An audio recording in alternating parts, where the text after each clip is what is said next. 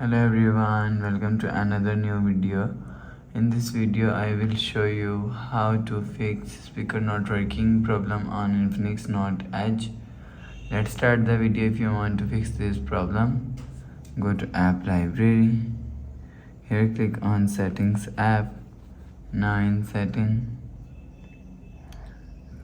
click on sound and vibration and click on do not disturb, and make sure turn off do not disturb mode.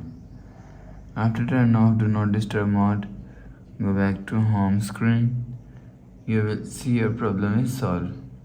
But if it not solved, open quick settings panel and turn off silent mode. After turn off silent mode, you will see your problem is solved. But if it's still not solved, go to app library, click on settings app.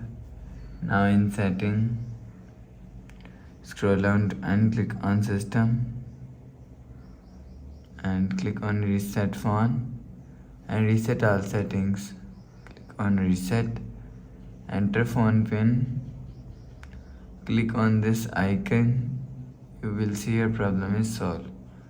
But if it's still not solved, the last solution is restart phone. Just click and hold side power button. Click on this restart icon.